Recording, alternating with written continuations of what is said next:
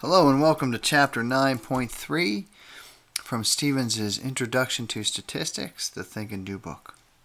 In this particular chapter, we're going to see how to do hypothesis tests for two proportions. This is very similar to the hypothesis tests conducted in Chapter 8.2 for one proportion, the difference being back in Chapter 8, we took a sample proportion and compared it to some predetermined value, and in this chapter we're going to have two samples and two proportions, and we're going to compare them with each other. So it's much more practical, but the formula for the test statistic is a little more complicated, but we have a way to get around that here. So I'm going to switch into full screen mode and get started. All right, so just like any hypothesis test, we're gonna take our sample, get a statistic, a proportion, or a mean, and turn it into a standardized form of a test statistic and see how extreme that is. And so we're gonna do the same thing here. In this case, our test statistic is a z-score. It's calculated with this formula here. And that formula has quite a few things going on. But if I can just generalize for 1 second, this is basically the sample proportion from your first sample. This is the sample proportion from your second sample. And so you're taking the difference between the two sample proportions, and you're comparing that to a proportion, a hypothesized proportion from your claim or your null hypothesis. And then so that gives you the difference, and then you divide by what is basically the standard deviation. In this case, we call it the standard error. And there's a formula for that that's a little messy, but we'll get to that later. So it's a standard formula for a test statistic. It's basically the difference between what you have in the sample and what you assume in the hypothesis over a standard deviation of a type. Okay, so the parts in here, P1 hat, that's just the sample proportion from the first population, and it can be written as the number of successes in the first sample over the number of trials in the first sample, right? And P2 hat is calculated with the exact same ratio. Delta P is the sample proportion from the null hypothesis. All right, and we'll get into that in a second. And then the standard error, there's a couple formulas for that depending on the value of this delta P right here. If delta P, the assumed difference or the assumed proportion from the null hypothesis, if that is 0, all right, then we use this pooled sample proportion in calculating the standard error. And the pooled sample proportion is just basically all of the successes over all of the trials. So it pools the successes and the trials from both samples and puts it into one proportion. If your null hypothesis is not 0, we have a slightly different formula for the standard error that entails the individual sample proportions, all right, and the sample sizes. Right, so the formulas are slightly different. They do produce different results, so you have to make sure you know which one you're using. In this textbook and in the problem sets, I will actually give you the standard error, not because this is too difficult of a task, but because the formulas, there's just a lot of room for error when you start doing these calculations by hand. All right, so what are all the players in this formula? Well, as I already mentioned, N1 is the sample size of the first population. N2 is the sample size from the second population. P bar is the pooled sample proportion. It can be calculated in terms of total successes over total trials, or if you have your individual sample proportions and sample sizes, it can be calculated this way. X1 is the number of successes in sample 1, X2, number of successes in sample 2, and just as it has been for the last couple of chapters, the Q's are always 1 minus the P's. And that's the case whether we're talking about the hats over here or the bars over here. Okay, and the process for conducting a hypothesis test like this is exactly the same as it has been for the last couple chapters on hypothesis testing. Actually, the last single chapter and past couple sections. We determine a null hypothesis, right? In this case, it's a hypothesis about the difference of two population proportions, right? It has an equal to sign and then a delta p. That could be a 0 or it can be non-zero, between 0 and 1. Alternate hypothesis, you can put it in the form of a right-tailed test, a left-tailed test, or a two-tailed test. All right. Then you calculate the test statistic from the equation 9.4 above, again, where the standard error will be given to you. And then you determine whether or not you reject or fail to reject the null hypothesis. You can use the critical value method or the p-value method. Since the resulting test statistic is a z-score, we can actually use either one of these methods. I'm just using the table, the z-table in the back of the book. And again, you reject the null hypothesis if the test statistic is in the rejection region or if the p-value is less than the significance level, just as we have been doing for the past several sections. And we're going to wrap this up by making an understandable statement or conclusion about the original claim, right? Something that somebody can understand without being in the middle of a statistics course. If you're doing these calculations by hand, I point this out here just because if you're going back up here and you're doing this standard error, if you're using one of these equations and running these calculations by hand, there's a lot going on there. There's a lot of intermediate calculations. You want to carry those calculations to as many decimal places as you can, as your calculator will let you do. And then at the very end, just round your test statistic, your z-score, to 2 decimal places. And the only reason we choose 2 decimal places is because the z-table has 2 decimal places. Right. Okay, so let's do an example. So our first example is about the success rate of a cold remedy versus nothing at all. All right. And so the way this cold remedy was tested, there was a remedy group, and then there was the group of people with colds that took nothing. Right. And in the remedy group, 117 of those members were symptom-free after 1 week, and there's a total of 150 of them.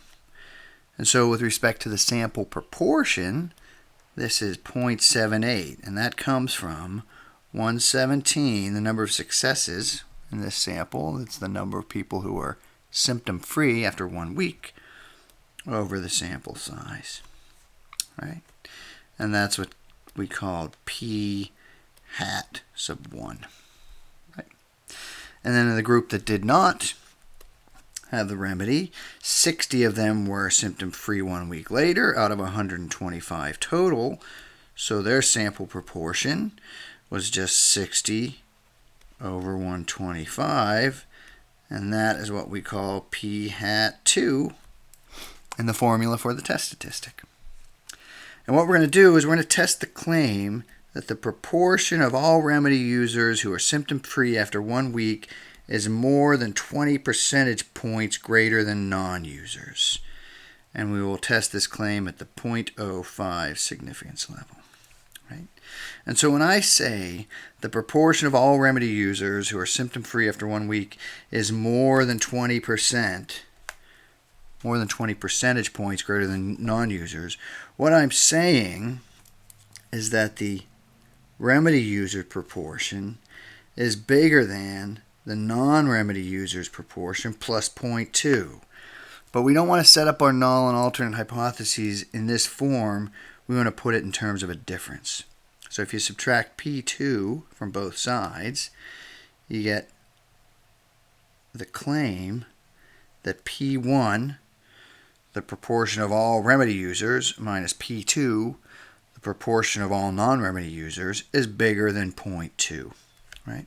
And as you can see, our difference from the sample is 0.3. So we should stand a pretty good chance of concluding that the population proportion is greater than 0.3.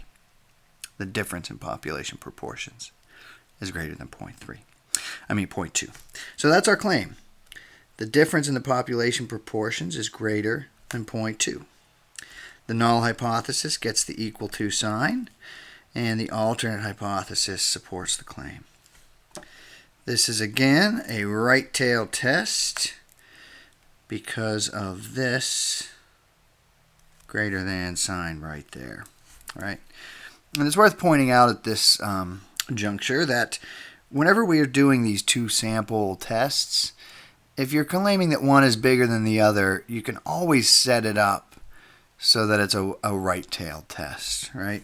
As long as you let this first value represent the sample with the greater mean or the greater proportion, then you'll always wind up with a right-tailed test. So usually in the last couple chapters, in this one, we will either be doing right-tailed tests like this situation here, or we'll have a two-tailed test.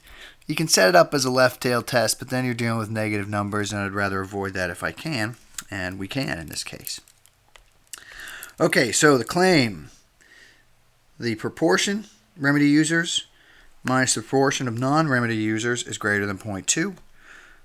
Null gets the equal. Alternate supports the claim. We calculate the test statistic.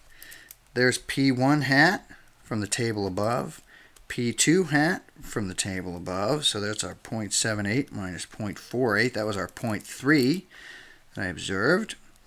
And then this delta P, that's the assumed difference from the null hypothesis. That comes from right here. Right? So that's where we got the 0.2. And then we divided by the standard error, which was given to us in the table. And when you do that and round to 2 decimals, you get 1.78, and that is our test statistic. All right? Now we have to figure out whether or not we're going to reject the null hypothesis. Well, if we use the critical value method, the significance level is 0.05, so we put that into the right tail, and we find the critical value. And to do that, we're in luck here because it is actually one of the values on our little cheater table on the lower right. All right. We have a significance level of 0.05.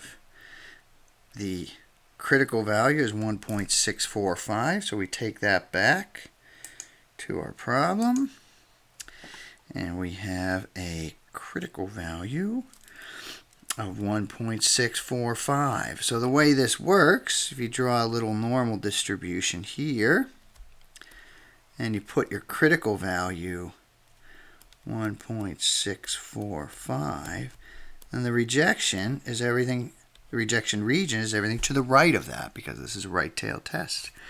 And if you look at our test statistic and compare it to our rejection region, it's to the right of 1.645, so it is actually in the rejection region, so named because we're going to reject the null hypothesis. You can also do this from the same table using the p-value method.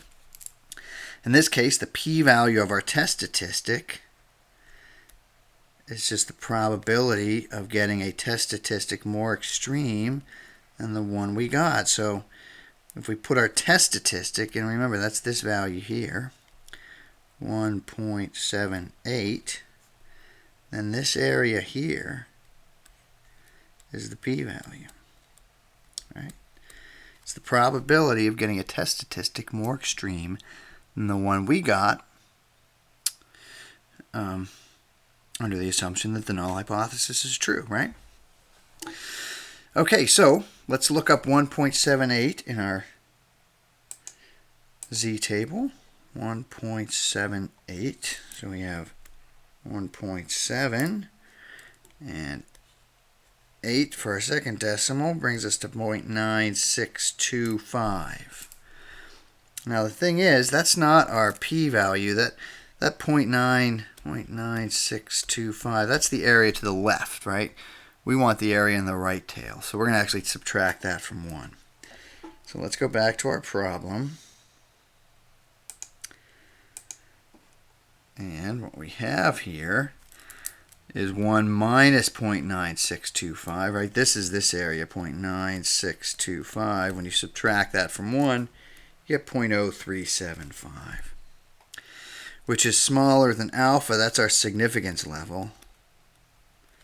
Significance level. And that equals 0.05, right? So the p-value is smaller than the significance level. So once again, by either method, we reject the null hypothesis. That's good for our claim, right? We're going to reject the null hypothesis, and that way we're going to be able to support our claim that the proportion of remedy users is greater than 0.2 above the proportion of non-remedy users who are symptom-free after 1 week, right? And so that's what this conclusion says, right? The data supports the claim that the proportion of all remedy users who are symptom-free after 1 week is more than 20 percentage points greater than non-users. And if that's a little too wordy, here we have specifically the remedy certainly seems to be better than no treatment. Right. So the your turn portion of this is, can you support this claim at the 0.01 significance level? And the short answer is no. The reason is, there's a couple reasons, but if you look at the p-value, it doesn't change, right? The significance level does not change the p-value of our test statistic, which was 0.0375. But now the significance level has changed to 0.01. So suddenly the p-value is bigger than the significance level, and we failed to reject the null hypothesis. Likewise, if you're doing the critical value method, the critical value does switch. It changes to 2.33. And if you look over at this area here, if 2.33 was our critical value, right, if that was not 1.645 but 2.33, then all of a sudden our test statistic would in fact not be in the rejection region. It would be over here, not in the rejection region, right? So either way, we would not reject the null hypothesis, and we wouldn't have enough data to support our claim, right? So it depends on how willing we are to be wrong. If we don't mind being wrong 5% of the time, we say, yeah, sure. Without remedy, remedy users have a proportion of 1 week relief 20% higher than non-remedy users. If we don't like being right or don't like being wrong as often, we don't make that statement. We say not enough data to tell. All right, so a more realistic clinical trial doesn't have cold remedy versus nothing. It has cold remedy versus placebo. So we're going to run the same sort of test, only in this case we're going to have a placebo group, right? And the remedy group is still the same. There's 117 symptom-free out of 150, and that gives me my p hat sub 1 that we had before. The placebo group, there were 90 that were symptom-free 1 week later out of 120. And so that gives us our sample proportion p hat 2. All right. Now clearly the difference is only, the difference is only 0.03. So we're certainly not going to test the claim that the remedy group has a 20 percentage point improvement over the placebo group, right? We're basically wondering if it's better at all, right? So that's what we're going to test.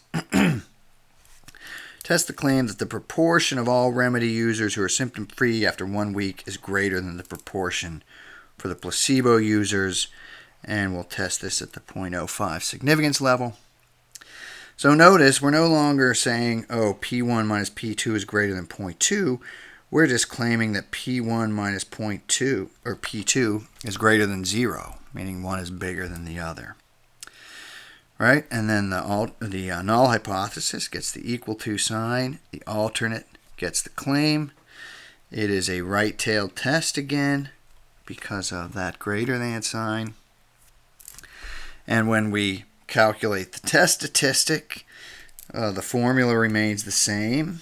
We have a different p hat sub 2, and our delta p, the difference assumed in the null hypothesis, is now 0 as opposed to 0.2.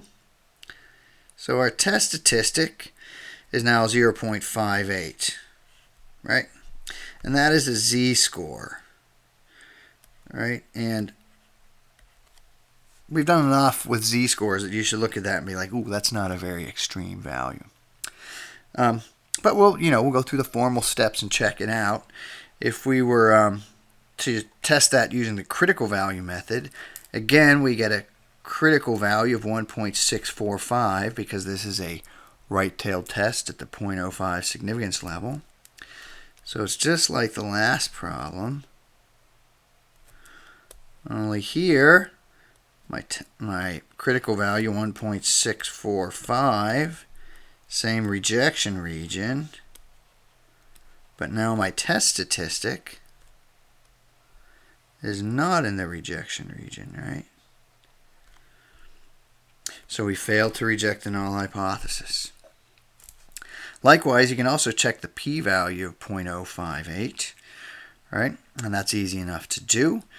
I'm going to use this same space here to get the p-value. Let me get rid of all this stuff here. And we will go over 0.58.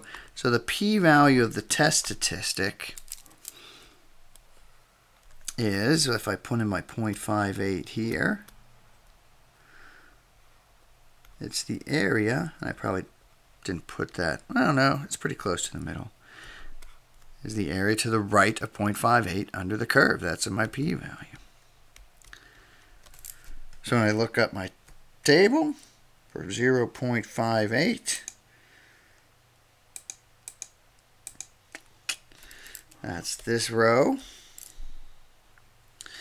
This column again, so it's 0.7190, but again, that's not my p-value because that's the area in the left tail. 0.7190, we go back to the problem, that's this one, right? 0.7190. So the p-value is actually 1 minus that value, right? Which gives me 0.2810. Right, and again, 0.2810 is bigger than alpha. Remember, that's our significance level. And in this problem, it is 0.05.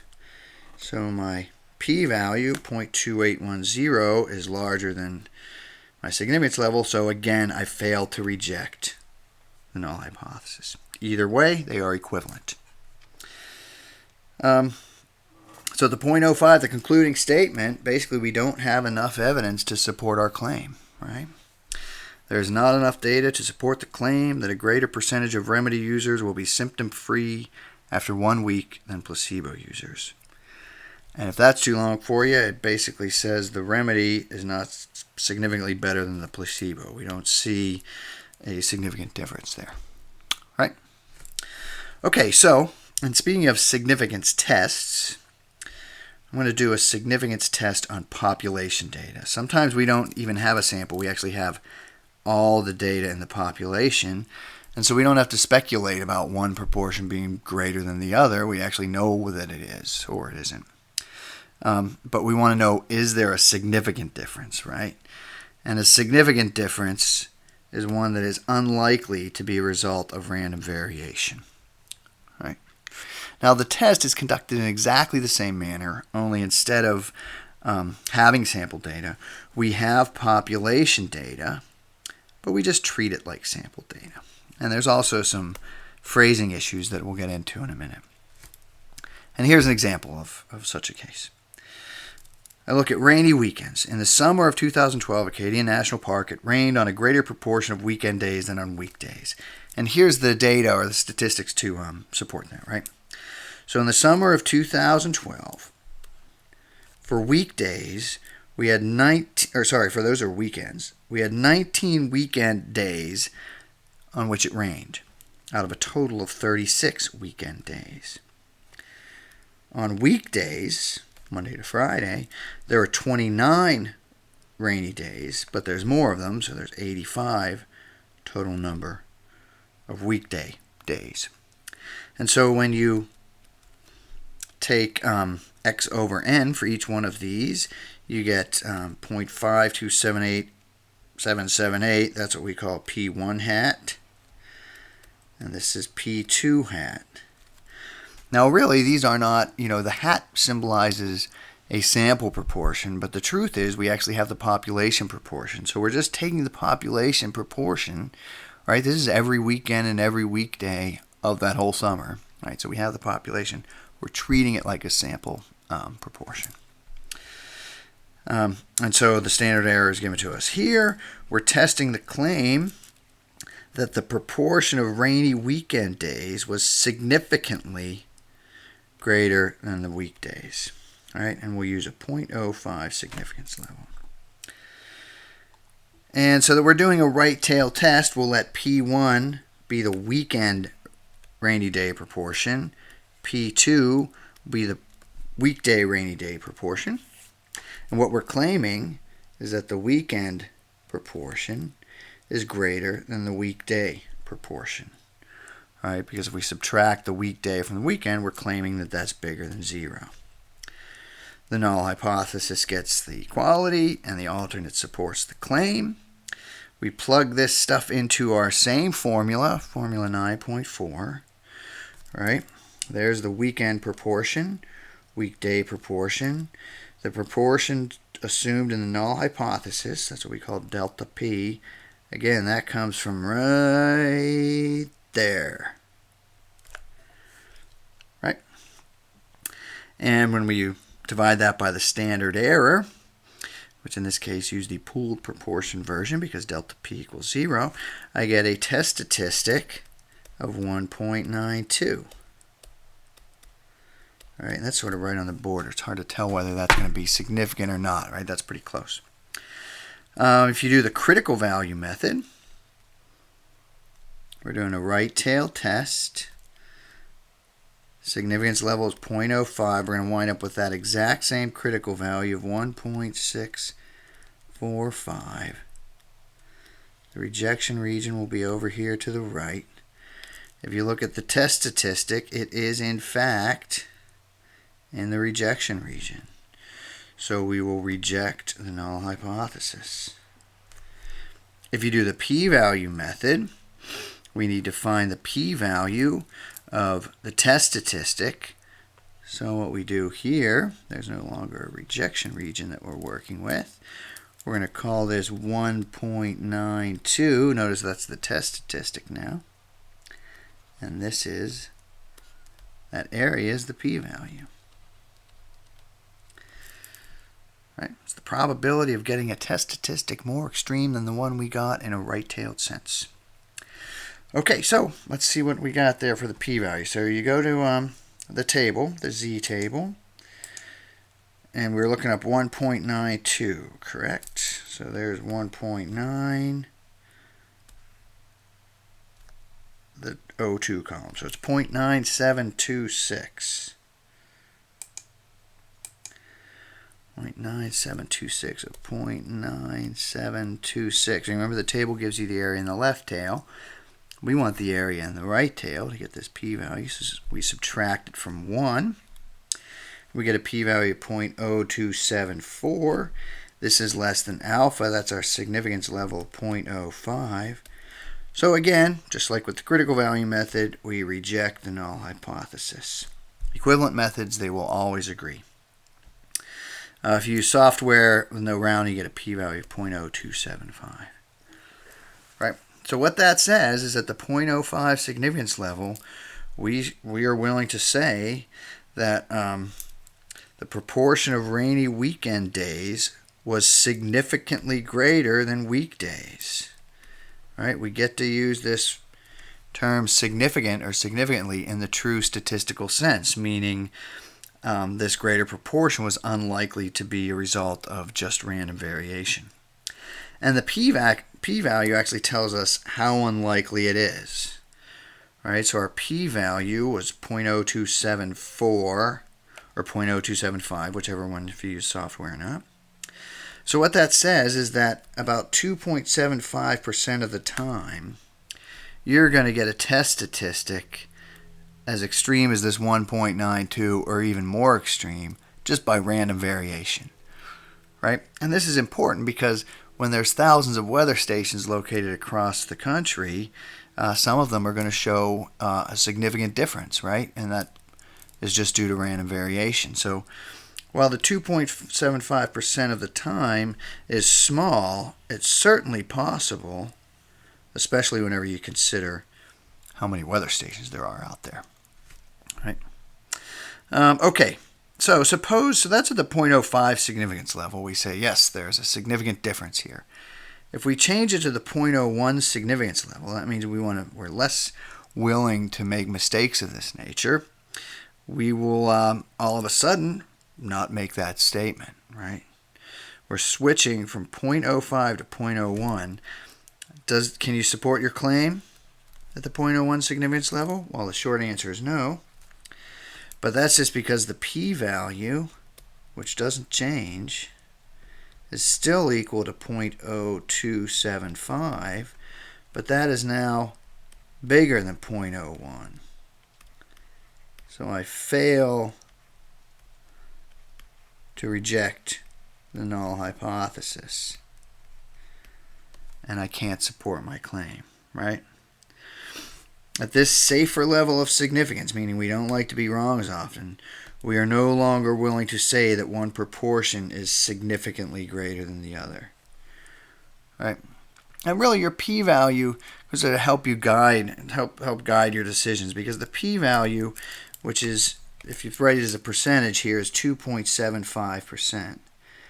And that basically says this difference in proportions is odd, but it's not that odd, right? It's going to happen to be that extreme or more so 2.75% of the time just by chance. So this, it's unusual, but it's not crazy unusual, right? So all that information is right in the p-value. And I believe that wraps it up. So that's a two-sample proportion test when we actually have the population data. And I think we're good here. So that's chapter 9.3. I'll see you in in the worksheet, I guess, is the next video, if you're so inclined to watch that video. All right. So have a good day, and I will talk to you later. Bye.